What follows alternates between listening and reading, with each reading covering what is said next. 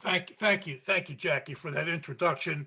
I'm pleased to be here and speaking to you all today. I just obviously wish we all could be meeting in person. Um, I was raised in the affluent suburbs of Philadelphia, the oldest of three siblings.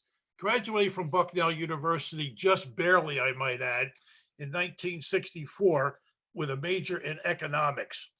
Not knowing what I wanted to do other than seeing the world and becoming a successful international businessman, I entered Officers Kennedy School in Newport, Rhode Island. After 3 years as a Navy officer in Japan and in Vietnam, and 12 years as a management consultant for two different firms, one in Tokyo, the other in my hometown of Philadelphia. No one who knew me, my family and friends, could have predicted what came next. Neither could I. While in my 30s, I lost my passion for whatever success I had in the corporate world, and that had pretty much run its course. I knew I was leading a shallow and selfish life, serving only my own really needs and desires, and my moral compass had gone way off course. I was in search of a more meaningful and authentic life, one that touched the hearts and souls of people. Looking to regain the faith of my boyhood, I returned to Presbyterian church life. The scriptures became my new guidepost and were my all-consuming meat and drink.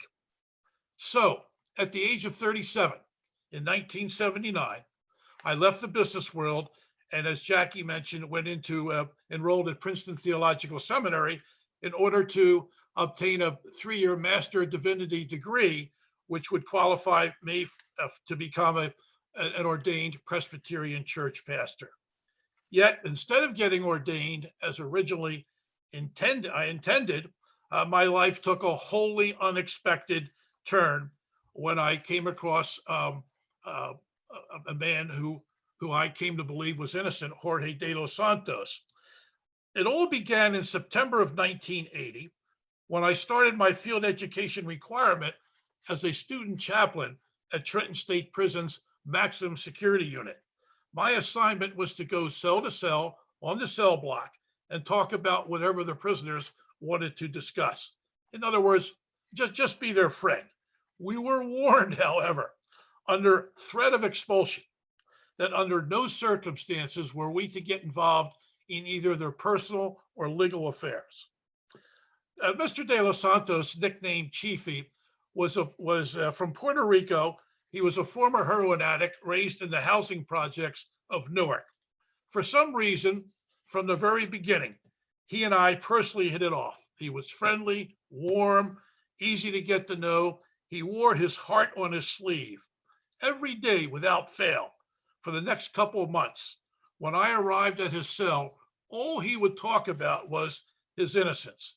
Not only that, but he insisted that the Essex County Prosecutor's Office had framed him for the fatal shooting of the manager of a Newark used car lot during a botched armed robbery attempt that occurred back in January of 1975.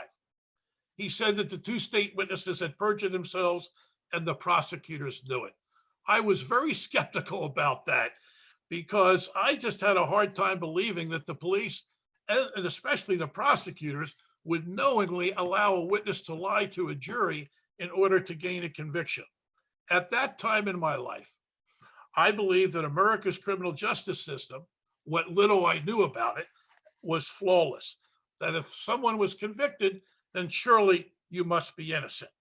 We went back and forth on that issue many times, me in my priestly white collar, and he in his boxer shorts, all 5'7" of him, with shoulder length hair, earrings, and the name of his beloved wife, Elena, tattooed on his chest. Nevertheless, I was impressed with his ardent and persistent claims of innocence and his candid account of his life as a junkie on the streets of Newark. He pleaded with me to get a copy of his trial transcripts and ask him any questions I wanted to. Once I read them, I saw confirmation of pretty much everything he told me. In the weeks leading up to Christmas, he finally asked me the $1,000,000 question. He said, I've answered all your questions over the last couple of months. and I have a question for you. Do you believe I'm innocent? I thought for a minute and I said, yes, yes, I do. Then he took me by complete surprise when he said, well, what are you going to do about it? I said, what do you mean? What am I going to do about it, Chiefy? I'm not a lawyer or an investigator. I'm a former businessman. I'm studying theology and church history. I know nothing about the law or criminal proceedings. That's like going to the moon for me. I've never even been in a courthouse. And besides, we're talking about murder. That's something way out of my league. I thought that would put the matter to rest, but just the opposite happened. He responded that for the last 6 years, he had been on his knees praying to God to bring him an angel to free him from that hellhole. He said, if I were truly a man of faith and believed he was an innocent man, how could I in good conscience retreat to my nice, safe little seminary and pray for God to send someone else to rescue him? That was not going to free him, he said. He said he believed that God had finally answered his prayers by sending me to his cell for that purpose, that whether I liked it or not, and whether I knew it or not, I was that man. That declaration shook me to the core. Stunned, I told him I'll think about it. The first thing I did when I went back to the dormitory room was to go to the scriptures looking for guidance. As I sipped on a glass of bourbon, I happened to open my Bible to Isaiah 59, written some 2,700 years ago. The words leaped off the page. No one goes to law honestly. They speak lies and weave the spider's web. We look for justice, but there is none. Truth has fallen from the public squares. The Lord saw it and wondered that there was no one to intervene. Intervene. Was God telling me that I was to intervene on behalf of Chiefy? I was also inspired by the thought that if I accepted his challenge, it would enable me to find a long sought after purpose in life that made me feel that I was doing something centrally important for others that touched hearts and changed lives in a meaningful way. Working with Chiefy seemed to fit that bill perfectly. So the week before Christmas, I told Chiefy that I had a Christmas present for him and for me. I said, I've decided to take a 1-year leave of absence from the seminary and work full-time to try and free him. I promised to find him a good attorney and maybe even to do the investigation myself. I only had one caveat, and that is that if I ever catch a lion or come to doubt your innocence, I'll drop you like a hot potato. He claimed, and he once again said, the only liars you're going to find are those in the Essex County Prosecutor's Office and their witnesses. With that, we hugged between the cell bars and tears welled in our eyes. I was a man on a mission. Long story short, but recounted in the book, on July 26, 1983, attorney Paul Castellero and I picked up Chiefy at Trenton State Prison and brought him home to his loving and eagerly awaiting wife, Elena. He was a free and exonerated man. He was right. The only liars were the witnesses and the trial prosecutor. We proved that to a federal judge who vacated his conviction. Before I began work on his case, the only thing that he had was the truth of his innocence. This knowledge kept him fighting for his freedom.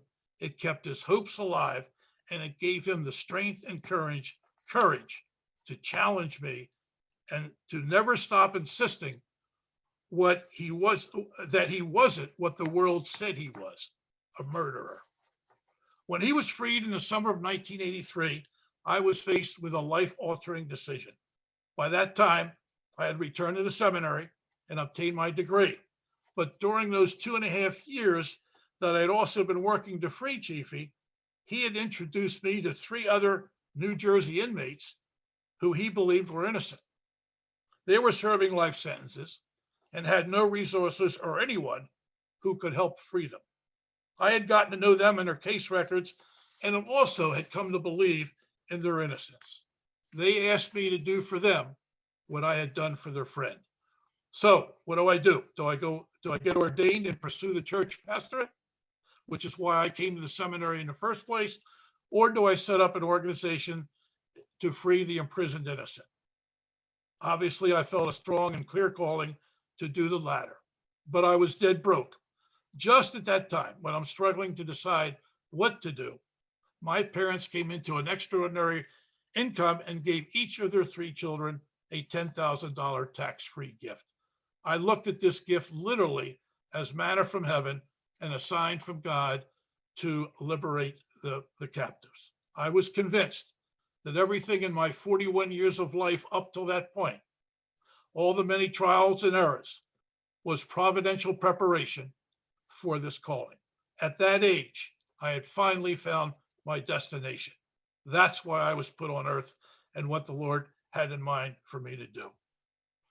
So I set up Centurion Ministries, named after the centurion at the foot of the cross, who looked up at the crucified Christ and exclaimed, surely this one was innocent.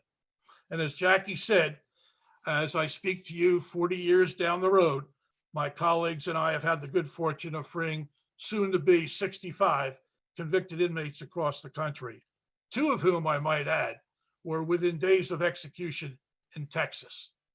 They have collectively spent 1,388 years behind bars.